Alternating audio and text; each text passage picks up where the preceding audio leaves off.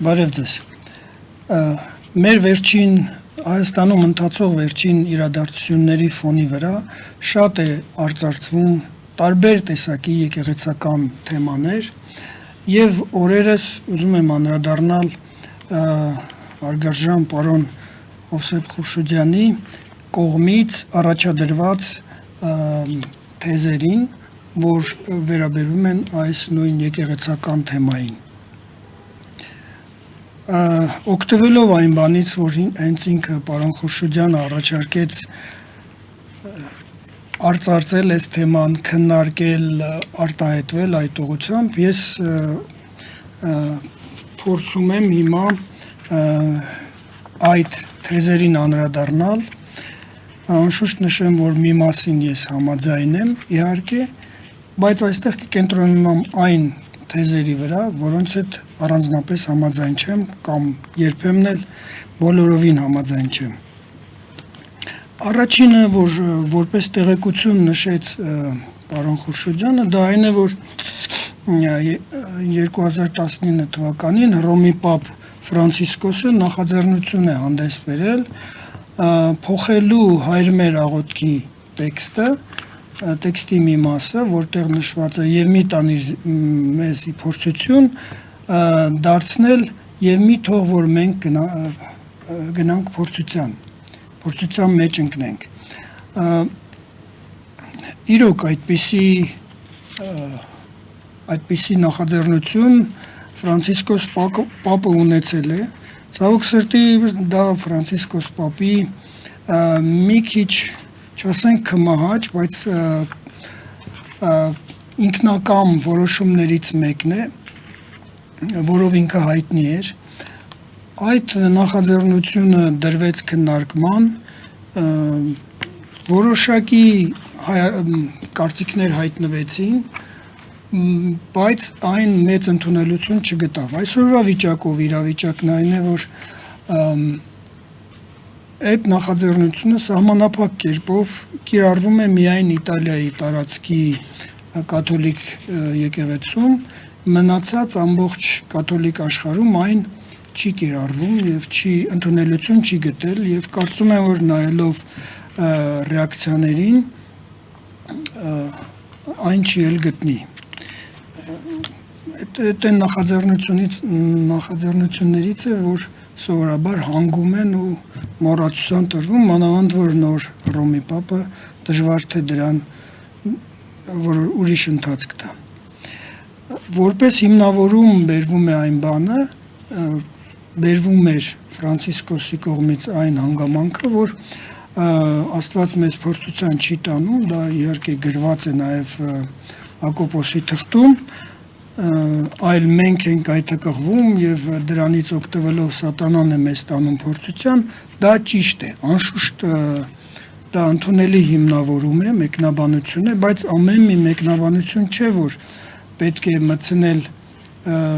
Հայր մերի տեքստի մեջ, առավել եւս նոր կտակարանի տեքստի մեջ, այլապես ամբողջ նոր կտակարանը, որ փոքրիկ համեմատաբար գիրք է, կդառնար մի 10 հատորանոց անընկալելի մի բան։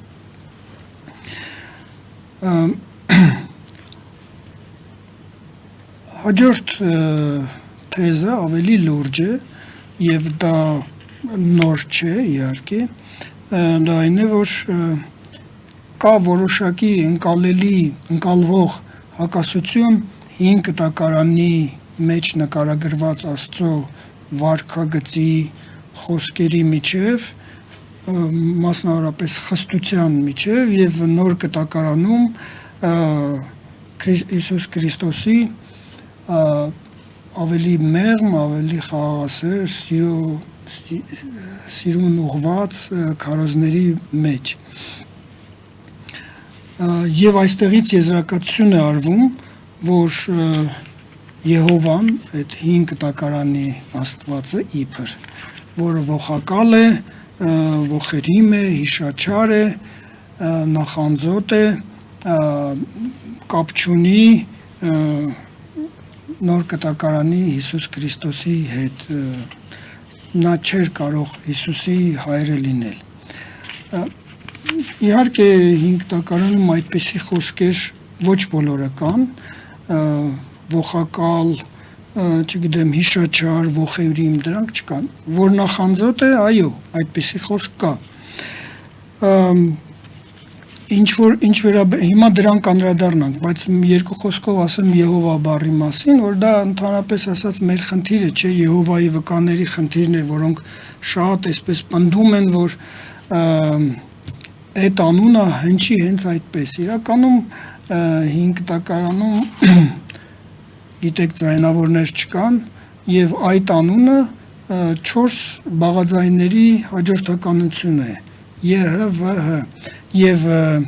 այդ քառագիրը որոշել են ժամանակակից Եհովայի վկաները անվանել հենց այդպես ու մեկնաբանել, որ Եհովա է հնչել, բայց մեր թարգման, այսինքն Քրիստոսից առաջ 200 տարի առաջ թարգմանվել է այդ 5 տակարանային տեքստը եբրայերենից հունարեն և այդտեղ չի դրվել Եհովա անունը, այլ Տեր է գրվել այնտեղ, որտեղ որ այդ քառագիրն է հնչել և մենք էլ այդ 70-ից թարգմանության մասին էր խոսքը հունարեն և հայերն էլ վերցնելով 70-ից թարգմանությունը հենց այդ տրադիցիային հետևելով միշտ արտասանել են Աստծո անունը Տեր կամ նախնական տարբերակում ես եմ որ է տարբերակը ինչևէ թողնենք Եհովայի վկաներին իրենց պրոբլեմներով անդրադառնանք այս խնդրին ինչպես հաշտեցնել 5 տակարանի այդ խիստ երբեմն դաժան հրամանները պատվիրանները ուղղորդումները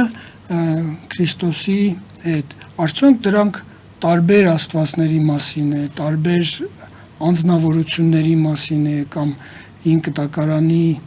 մեջ նկարագրված աստվածը չէր կարող լինել Հիսուս Քրիստոսի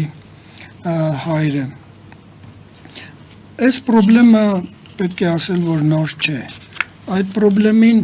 համառոտ անդրադարձ կա հենց Քրիստոսի խոսքերում, որ նոր կտակարանում ունենք, Պողոսի խոսքերում, թղթերում և նաև հետագա դարերի հայրերի խոսքերում։ Մասնավորապես ես ուզում եմ ընթերցել 5-րդ դարի հայրերից մեկի Օգոստինոսի, որը նաև մեր եկեղեցու կողմից է ընդունված, իր խոսքը։ Մի քանի տող, որով ինքը բացատրում է այս երևույթը։ Ասում է չգիտեի իսկական ներքին ճշմարտությունը, որը դատում է ոչ թե սովորույթների, այլ ըստ ամենակալ Աստծո ամենից արդար օրենքի, որը սահմանել էր տարբեր վայրերի և ժամանակների սովորույթները ըստ այդ վայրերի և ժամանակների, մինչդեռ միշտ և ամենուրեք այն նույնն է, և ոչ թե մի տեղում մի կերպ, կամ ուրիշ հանգամանքներում այլ կերպ, խոսքը արդարության մասին է։ Ըստ այդ օրենքի արդար են և Աբրահամը, և Իսահակը, և Հակոբը, և Մովսեսը, և Դավիթը, և բոլոր նրանք, ովքեր գովաբանվեցին Աստծո բերանով, բայց նրանք անարդար համարվեցին կարճամիտ մարդկանց կողմից, ովքեր դատում են մարդկային դատաստանով և ողջ մարդկության բարոյականությունը չափում են իրենց սովորույթների չափով։ Ինչպես նա, ով անտեղյակ է ասպարների հարցում, թե որ անդամի համար որ մասն է նախատեսված, սրնապանը դնի գլխին կամ սաղավարտը հագնի ոտքերին և տրտնջա, որ անպիտան բաներ են։ Կամ երբ մի օր, երբ օրենքով հետճաշյա ժամերին տոն է հայտարարված, մեկը դժգոհի, որ իրեն արգելում են իր ապրանքը վաճառքի դնել, այն դեպքում, երբ դա թույլատրված էր անել առավոտյան։ Կամ եթե ինչ-որ մեկը, երբ ինչ-որ մեկի տանը տեսնի, որ ծառան այն առարկաներին է ձեռք տալիս, որոնց ձեռք տալ մատրվակին չի թույլատրվում, կամ էլ ախոռում արվում է այնպիսի բան, որն արգելված է անել ճաշասենյակում, վրդովի, թե ինչու ամեն տեղ և ամեն մեկին ամեն ինչ չի թույլատրված, թեև նույն բնակարանն է և նույն ընտանիքը։ Այդպես են նաև նրանք, ովքեր վրդովում են լսելով, որ նախորդ դարերում արդարներին թույլատրված էր ինչ բաներ, որ չի թույլատրվում արդարներին հիմա։ Ինքը հատկապես դա ասում էր բազմակնության համար, որ 5 կտակարանում թույլատրվում էր, նորում չէ։ Ոմանց Աստված պատվիրել է մի բան, ուրիշներին այլ բան, ըստ ժամանակի պատշաճի, բայց նրանք էլ ծառայել են նույն արդարությանը։ Նույն տանը, նույն օրը, նույն հարկի տակ կարելի է տեսնել, որ տարբեր մարդկանց տարբեր բաներ են հանձնարարված, եւ այնինչ հիմա կարելի է անել, մի ժամանակ չի կարելի անել, եւ մի բան, որ այս անկյունում կարելի է անել, մյուս անկյունում չի կարելի անել, կամ ենթակա է պատժի։ Ուրեմն արդարությունը տարբեր է եւ փոփոխական, ոչ, սակայն ժամանակը, որ կառավարվում է արդարության կողմից, տարբեր ձևով է հոսում, չէ որ դա ժամանակ է, բայց մարդիկ, որոնց կյանքը կարճատև է երկրի վրա, ի վիճակի չեն համեմատել նախորդ դարերի կամ տարբեր ազգերի պայմանները, որոնց փորձառությունն իրենք չունեն այն պայմանների հետ, որոնց մասին իրենց փորձով տեղյակ են։ Այսքանը Օգոստինոսի խոսքից կարծում եմ այդ տարբեր ժամանակների, տարբեր վայրերի սովորությունների տարբերությունը փոքր ինչ հասկանալի դարձավ։ Իմ կողմից կուզեմ լրացնել, որ այս նույն տրամաբանությունը, որով քննադատվում է 5 կտակարանի տեքստը, կա մեզանից ոմանց մտքում հայոց դարձի հանգամանքների մասին։ Ասում են Տրթատը եւ հատկապես չգիտես ինչու շեշտում են լուսավորիչը բռնի կերպով քրիստոնեությունը մտցրեցին հայերի մեջ։ Այս ասելով նրանք այսօրվա հասարակական մտածելակերպը պրոյեկտում են անցյալի վրա եւ փորձում են այդ ձևով վերլուծել, բայց անցած 1700 տարում ողջ մարդկությունը անցել է շատ դժվարին եւ հաճախ արյունոտ ճանապարհ մինչեւ հասել է այսօրվա հասարակական համեմատաբար բարվոք մտածելակերպին եւ չենք կարող բաց թողնել այդ դժվարագույն ճանապարհը եւ այսօրվա դեմոկրատիայի կանոններով պահանջել, որ Տրթատ թագավորությունը քրիստոնեություն ընդունելու հարցը դներ ազգային ժողովի քննարկման, իշխանությունը եւ անդիմությունը քննարկեին, ճառեր արտասանեին, հետո քվեարկերին, հետո հանրաքվե անեին, հետո քվեարկությունները տեղամասերում տեսանկարահաներին եւ հետո նոր ընդունեին քրիստոնեությունը։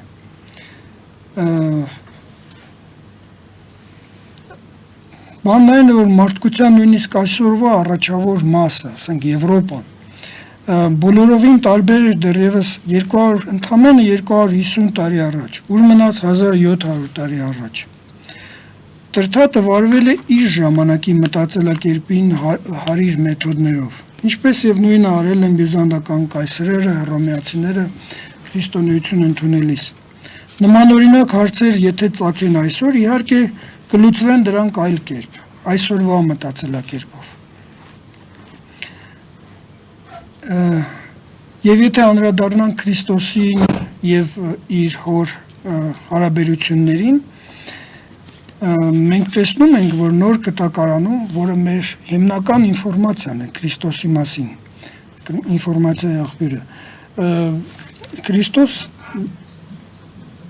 Աստծո, Հայր Աստծո գործունեության ողջ պատասխանատվությունը 5 կտակարանում վերցնում է նաև իր վրա, հայտնելով, որ ինքը լիովին կամակից է հոր եւ Սուրբ Հոգու հետ միասին։ Չկա այդ խզումը Քրիստոսի եւ հոր կամքի միջև։ Բառացիորեն ինքը ասում է. կարդացեք գրքերը, խոսքը 5 կտակարանի Թանախի մասին է, որը քանի որ նոր կտակարան դեռևս գրված չէր։ Ասում է կարդացեք գրքերը, որովհետև այդ գրքերը իմ մասին են։ Այսինքն 5 կտակարանն էլ Քրիստոսի մասին է, տարբեր խորհուրդներով եւ այսպես այլաբանություններով խոսված։ Կամ ասում է իմ հայրը մինչև հիմա գործում է, ես էլ եմ գործում։ Կամ ասում է ես եւ հայրը մեկ ենք։ Այսինքն այս թեզը, որ փորձել խզում տեսնել Քրիստոսի եւ 5 կտակարանի մեջ նկարագրված Աստծո մեջ, դա բոլորովին տեղին չի։ Եվ եթե այսպես միանգամից ընդունենք, առաջադրված են դաժան մոմենտներին, որ ամաղեկացիներին ջնջել եւ այլն, այո, մենք կարող ենք ասել, որ ամաղեկացիներին ջնջելու հրամանի մեջ Քրիստոս, որը ներկա էր հոր հետ, կամակից էր դրան, որտեղ այդ ժամանակները, այդ հանգամանքներն էին պահանջում։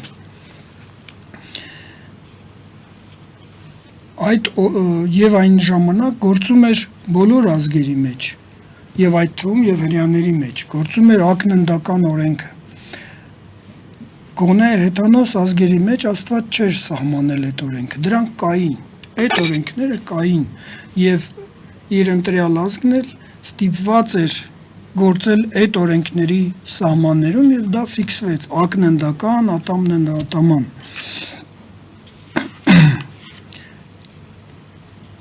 Մենք իհարկե խոսեցինք, թե տարբեր ժամանակներում տարբեր օրենքներ են գործել, բայց այնուամենայնիվ մնում է մի խնդիր, թե ինչու այնուամենայնիվ փոխվեց այդ օրենքը, որն էր այն բուն պատճառը,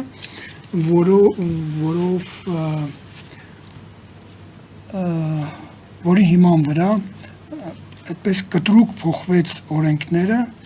դեպի ավելի մարդասիրական, ավելի սիրո, ավելի հանդուրժողության ուղղված։ Միանգամից ասենք, որ դրա հիմնական եւ գուցե միակ պատճառը հենց ինքը Քրիստոսի մարդացում եւ մարմնացումն էր։ Այսինքն այդ նույն Աստված արդար, ավիտենական Աստված, որ արարել էր երկինքը, գալակտիկաները, սև խոռոչները եւ այլը, ինքը մարմնացավ եւ մարդացավ։ Եվ դրա հետևանքով ինքը հարազատացավ մեզ հետ։ Եվ սկսվեց այդ հարազատացման շնորհիվ, մարդացման շնորհիվ սկսվեց շնորհի դարաշրջանը։ Այդ դարաշրջանը Աստված իր կամքով հաստատեց, բայց ոչ անհիմն, այլ հենց այդ հիմնավորումը դա էր, որ Աստված մարդ դառավ, որպեսզի փրկի մարդկությանը։ Ինչից փրկի? Այն բանից, ինչը նորից Քրիստոս իր շուրթերով հայտարարեց, գալիք դատաստանի, որի դատավորը էլի ինքն է։ Այսինքն մենք հիմա ըստ նոր կտակարանի գտնվում ենք երկու խիստ եւ դաժան ժամանակաշրջանների միջև։ Մեկը մինչ քրիստոնեական ինկտակարանային այդ դաժան ժամանակները, ակննդական եւ այլն, եւ դատաստանի դաժան պահը, մի կարճ, բայց շատ դաժան պահ, որը ել ավելի ծանր է լինելու եւ որի մասին նույնպես Քրիստոս պարզ նկարագրում է։ Նույնիսկ նկարագրում է դատաստանի process-ը Մատթեոս 25 գլխում, ասենք, եւ այլ տեղերում։ Բայց մարդիկ չեն ուզում ավետարանը ամբողջովին ընկալել, ուզում են այն սիրուն, լավ, քաղցր մասերը ընկալել, Աստվածսերը եւ այլ, բայց այն կոշտ մասերը, որոնք էլի այդ նույն նոր կտակարանի մասն են, դա չեն ուզում ընկալել, բայց այդպես չի կարող լինել։ Նոր կտակարանը մի միասնություն է, մի բանի մասին է, մի էակի կամքն է, այսինքն Աստծո կամքն է։ Հետևապես այն, որ հին կտակարանում նկարագրված Աստված հենց Քրիստոսի հայրն է եւ Քրիստոսը այնտեղ հաճախակի հայտնվում է որպես որդի եւ կամակից հորը կատարելապես, դա արդեն ասում է ինքը Քրիստոս, մենք չենք կարող ասել, արդեն չենք կարող ոչ մի կերպ բաժանում մտցնել, եթե ինքը իր լեզվով է ասում, իր շուրթերով է ասում, որ ես եւ հայրը մեկ ենք։ Եվ դա կապ չունի Պողոս Առաքյալի հետ կամ ինչպես նշվում էր այդ թեզերում։ Հաջորդ թեզը, որը ես կուզենայի վիճարկել, քննարկել, այն է, որ հայ առաքելական եկեղեցին իբր թաղվել է հին կտակարանային դոգմատիկայի մեջ։ Սա բացարձակապես այդպես չէ։ Եթե նույնիսկ կա ինչ-որ տեղ աշխարհում հակում դեպի հին կտակարանային մտածելակերպը, դա առկա է օրինակ բողոքական տարբեր հարանվանությունների աստվածաբանական մտածելակերպի մեջ, հատկապես վախճանաբանական մտածելակերպի մեջ։ Մի օրինակ ասեմ, ասենք նրանք պնդում են, որ Քրիստոս աշխարհի ավարտին, որը նրանց կարծիքով լինելու է շատ շուտով, գալու է իջնի Երուսաղեմում, նստի, որը ճիշտ է իհարկե, այդպես էլ կա, նստի հրեական տաճարում, որը շատ վիճելի է, եւ հաստատի հազարամյա թագավորություն, որը ել ավելի վիճելի է, որի մեջ գլխավոր դեր են կատարելու հրեաները։ Այսինքն Քրիստոս հրեաների միջոցով այդ 1000 տարվա ընթացքում կառավարելու է աշխարհը։ Բացարձակ այտենց վիճելի եւ մեր եկեղեցու տեսակետից սխալ բաներ, բայց հետևությունը ավելի հետաքրքիր է։ Ասում է ուստի պետք է հիմա լավ հարաբերություններ հաստատել հրեաների հետ, կոպիտ ասած նրանց թթու խոսք չասել, որ նրանք էլ հազարամյա թագավորության մեջ մեզ լավ աչքով նայեն։ Դու ինձ ես քեզ բարտերը, էլի։ Ընդ որում այն հրեաների մասին է խոսքը, ովքեր նույնիսկ Քրիստոսին հիմա չեն էլ հավատում։ Կատարյալ դիսոնանս է, բայց ինչև է, կա, այս տեսակետը կա։ Հիմա հայ առաքելական եկեղեցու դավանաբանությունը եւ աստվածաբանությունը մաքսիմալ նոր կտակարանային է, մաքսիմալ քրիստոնեական է, զուլալ, եւ դրանում նրա գլխավոր արժանինքներից մեկն է, որով խուսափվել է տարատեսակ շեղումներից, ես նկատի ունեմ դավանաբանական, ես նկատի չունեմ վարքագծային բան, որ այսօր ցավոք սրտի տեսնում ենք, դա կա, եւ պահպանել եւ այնպիսի շեղումներից է խուսափել, որոնց մեջ ընկել են բազմաթիվ այլ եկեղեցիներ։ Բոլորովին արդար չէ մեր եկեղեցին մեղադրել 5 կտակարանային սկզբունքների վրա կառուցված լինելու թեզը։ Մեր եկեղեցու հայրերը հետևողականորեն եւ աննկուն կերպով հետևելով Պողոս առաքյալին ասում են, որ 5 կտակարանը ընդհանրապես հնարավոր չի հասկանալ, եթե ոչ առանց նորի։ Այսինքն 5 կտակարանը միայն կարելի է տեսնել նորի տեսանկյունից, ֆոկուսից։ Ավելին ես ասեմ, քանի որ մենք հրատարակել ենք Գրիգոր Տաթևացու մեկնությունը Սողոմոնի գրքերի, որը 5 կտակարանի գրքերից է։ Ինքը ամեն քայլափոխին այդ խոսքերի մեջ տեսնում է նոր կտակարանային խորհուրդներ, որոնք կանխատեսորեն, մարգարեաբար հնչել են, ասենք, Սողոմոնի շուրթերից, օրինակ, ասենք, երկրոցը, որը սիրո պատմություն է տղամարդու եւ կնոջ միջև, ինքը դա մեկնաբանում է որպես Քրիստոսի եւ եկեղեցու միջև ամուսնություն կամ սեր։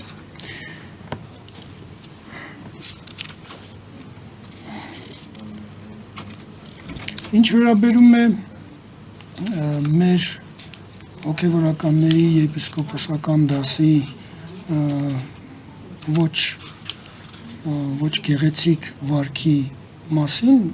որոշ տեղերում իհարկե, որոշ մարդկանց եւ որոշ տեղերում, դա իհարկե փաստ է։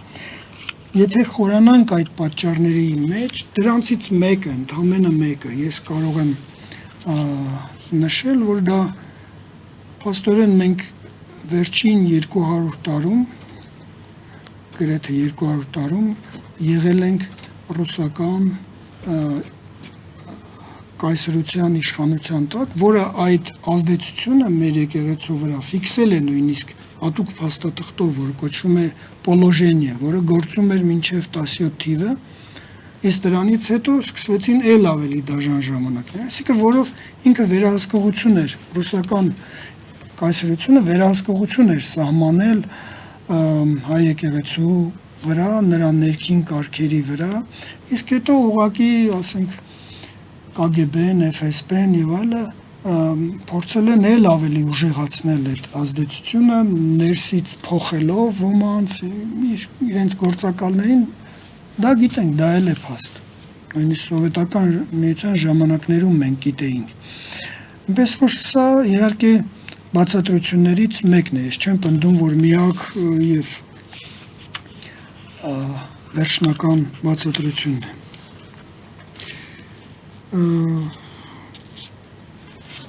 Եվ կուզենայի անդրադառնալ նաև այն թեզին, թե քրիստոնեությունը տարածաշրջանային հավատալիքների արգասիկ է կամ հայրմերը դեռ եգիպտական կրոնից է գալիս, դա արդեն ժամանակակից ոչ քրիստոնեական տեսակետ է, եւ որպես այդպիսին իհարկե կարելի է քննարկել, բայց բոլորովին չի համապատասխանում քրիստոնեության մեջ ընդունված ներքին դրույթներին։ Ինչպես ասացի, ըստ նոր կտակարանի Քրիստոս մարմնացած բացարձակ Աստվածն է։ Ոչ թե միայն տարածաշրջանի համար, ոչ թե միայն երկրագնդի համար, ոչ թե միայն հարեկակնային համակարգի համար, այլ ամբողջ տեսանելի տիեզերքի համար եւ նաեւ անտեսանելի հրեշտակային աշխարհի եւ այլի համար։ Հասկանալի է, որ սա աթեիստորեն դաստիարակված թեկուզ եւ մտավորական մարդկանց համար շատ դժվար ընդունելի հանգամանք է եւ իրոք էլ մտքով դա անընդունելի է։ Դա միայն ավատով է ընդունվում եւ նոր մտքով հնարավոր է դրա մեջ խորանալ։ Սա իսկապես մեծ դժվարություն է, որ ես կարծում եմ պետք է հաշվի առնենք։ Եվ քանի որ դա այդքան դժվար ընդունելի բան է, մարդիկ, տարբեր մարդիկ հնարում են ամեն մի խումբը իրենց համար քրիստոնեության իրենց տարբերակը։ Մտածում են, որ դե քանի որ էսի դժվար հավատալի է, այս մասը դժվար հավատալի է, եկեք բանը մի քիչ թուլացնենք, ավելի հեշտ ընկալելի, նյութական մտածելակերպով ավելի հեշտ ընկալելի բաներ ասենք, բայց դա շատ հեռու է այն քրիստոնեությունից, որը ընդունել է մեր ժողովուրդը, մեր հայրերը հազարավոր տարիներ շարունակ։ Եվ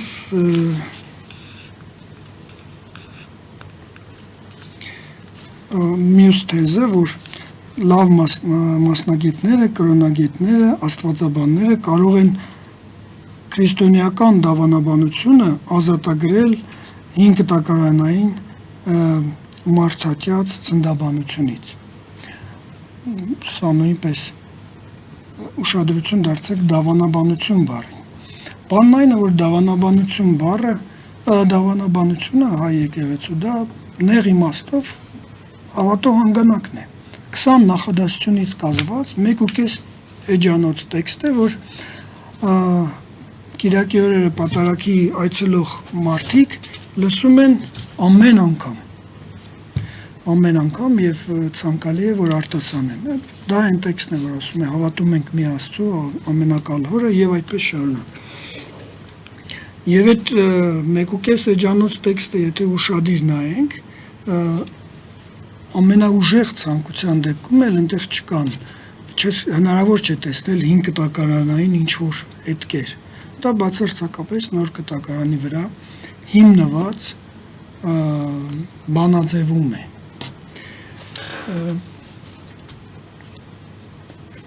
Իսկ ավելի լայն իմաստով դավանաբանությունը դա նաև այս տեքստը ընդունվել էր առաջի տիեզերական ժողովում, դավանաբանության մեջ գտնում են նաև երկրորդ եւ երրորդ տիեզերաժողովների որոշումները եւ նրանց ոչ շատ ծավալուն մեկնաբանությունները։ Սա է դավանաբանությունը մեր եկեղեցու եւ այն շատ հստակ է, շատ որոշակի է եւ շատ ընդունելի է եւ մաքսիմալ մոտ է նոր կտակարանի ոգուն եւ տառին։ Այնպես որ այն առաջարկությունը, որ կոնկրետ հայ եկեղեցու դավանաբանությունը պետք է ինչ-որ ձևով փոխել, դրանում ես բացարձակ դեմ եմ, որովհետև իրականում հենց դավանաբանությունն է, որի մեջ հայ եկեղեցին ամենից ուժեղ է։ Մնացած բոլոր եկեղեցիների մեջ կարելի է հայ եկեղեցուն օրինակ քննադատել, որ վանական կյանքը մեզանում այդքան զարգացած չէ հիմա։ Նախկինում եղել է, հիմա չկա։ Այո, դա փաստ է։ Դա պետք է ընդունենք եւ այդ ուղղությամբ եթե որևէ մեկը կարող է լավ առաջարկներ անել, իհարկե պետք է դա արվի։ Բայց կամ այլ հարցեր, ինչ որ դավանաբանության հետ չկապված։ Բայց ինչ վերաբերում է դավանաբանությանը, առաջին հերթին պետք է այն իմանալ։ Մեր եկեղեցու դավանաբանությունը պետք է իմանալ։ Իմանալուց հետո արդեն շատ պարզ երևում է, որ կետին ենք ուզում հարվածել, փոխել։ Այնինչ ասվում է, թե իբր ես հասկանում եմ, թե որտեղից է գալիս այդ տրամաբանությունը, թե մեր դավանաբանությունը այս է կամ այն է, հին կտակարանային է, չգիտեմ, հետանոսական է եւ դա սովորաբար արևմտյան եւ մասնավորապես ռուսական աստվածաբանների զարգացրած տեսակետն է, չգիտեմ որը դրանցից որն է, որ դիտավորյալ չի արված, որը որ դիտավորյալ է արված, բայց բոլոր դեպքերում այդ սխալ տեսակետը մտցված է հույս ունենալով, որ մարդիկ չգիտեն, կոնկրետ հատկապես հայերը չգիտեն իրենց եկեղեցու դավանաբանությունը։ Երբ որ մարդուն փողոցում խոսեցնում ես հայ եկեղեցու մասին, անմիջապես նախադասությունների մեծ մասը լցված է հետևյալ տերմիններով՝ ազգային արժեք, ինքնություն, չգիտեմ, ազգային ազատագրական պայքար, ամեն ինչ բացի բուն քրիստոնեական տեսակետներից ու բանաձևերից։ Ինչ ասես կարելի է լսել։ Շատ քիչ մարդիկ են, կան այդպիսիք, որ կարող եք փողոցում կանգնեցնել, խոսեցնել եւ նա ինչ որ հստակ բաներ ասի քրիստոնեության, մեր եկեղեցու մասին, մեր եկեղեցու վերաբերմունքի մասին, այդ քրիստոնեական, չասեմ արժեքներին, քրիստոնեական երևույթներին կամ մեր տեսանկյուններին։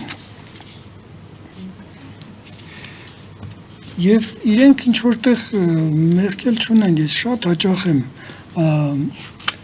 լսում որոշ հոգևորականների, որոնք հենց էդ էլ քարոզում են։ Այդ նույն արժեքներ, արժեքային համակարգ, չգիտես ինչ, եւ երբեք դրանց մեջ չես տեսնում կոնկրետ բովանդակություն։ Վերջիվերջո ինչ է այդ խորհրդավոր քրիստոնեական արժեքը, արժեքային համակարգը, հստակ ասեք, մարդիկ իմանան։ Երբ որ ասում եք այդ արժեքային համակարգ, միանգամից բացեք այդ տողերը մեկ առ մեկ, առաջին, երկրորդ, երրորդ, չորրորդ եւ այլն։ Դա շատ ցանկալի կլներ։ Իհարկե որոշ հոգևորականներ քարոզներում իրոք դրա վրա կենտրոնանում են փառք ու պատիվ իրենց պետք է լսել։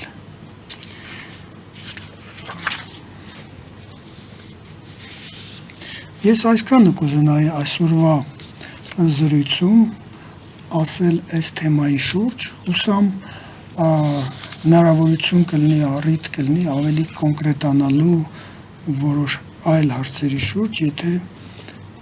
կարիք լինի։ Շնորհակալություն։